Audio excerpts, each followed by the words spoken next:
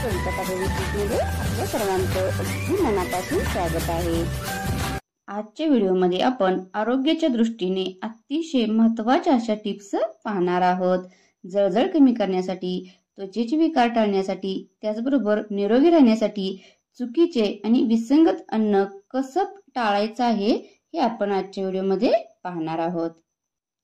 Tips क्रमांक 1, मासे खाल्ल्यानंतर चुकूनही दूध, दही, ताक सेवन करू नये। अंगावर फोड फुटतात। दुधासोबत खारट, आंबट, तिखट, मसालेदार पदार्थ खाऊ नये। अनेक त्वचा विकार होतात, पोट साफ होत नाही। केळी आणि दही, केळी आणि दूध एकत्रित खाणे टाळावे। मध आणि तूप समप्रमाणात कधीही सेवन करू नये, ते एकमेकांच्या विरुद्ध आहार आहेत। शेंगदाणे खाल्ल्यानंतर पाणी पिऊ नये, पोटात गॅस होतात, शिवाय पातळ जुलाब लागतात। मांसाहार केल्यानंतर किमान 4 ते 5 तास दूध घेऊ नये। मधाबरोबर मुळा, कलिंगड, द्राक्षे, पावसाचे पाणी, गरम पाणी हे पदार्थ हानिकारक असतात। मुळ्याबरोबर गूळ खाऊ नये, नुकसानकारक करते। पालक आणि कांदा एकत्रित खाऊ नये, शरीरासाठी अपायकारक ठरू शकते। बऱ्याचदा आपण टोमॅटो आणि काकडीची कोशिंबीर करतो, परंतु हे सुद्धा विरुद्ध अन्न आहे, यामुळे पोट फुगते। मुळा हा उडीद डाळीचे वरणासोबत एकत्रित खाऊ नये। रात्रीच्या वेळी दही खाऊ नये, कफदोष वाढून शरीरात अनेक आजार वाढू लागतात। मध गरम करू नये किंवा कोणत्याही गरम पदार्थात मिक्स करू नये। चहा, कॉफी अशी गरम पेये प्यायल्यानंतर लगेच थंड पदार्थ खाऊ नयेत।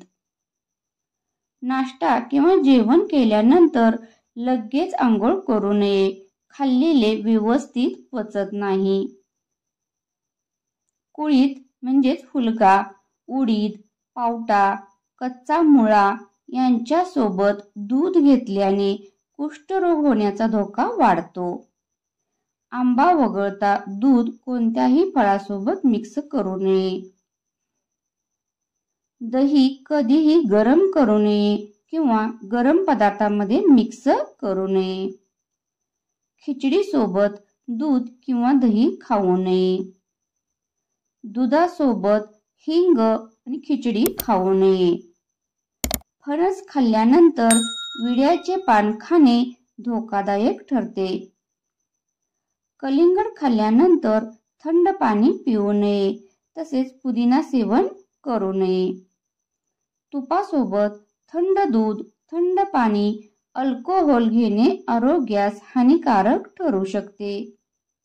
मांसाहार करणार असाल तर त्यासोबत मध किंवा पनीर खाऊ नका, पोट खराब होते। ॲल्युमिनियम आणि प्लास्टिकच्या भांड्यात गरम पदार्थ ठेवू नका, असे पदार्थ खाल्ल्याने शरीरात अनेक प्रकारचे रोग उत्पन्न होतात।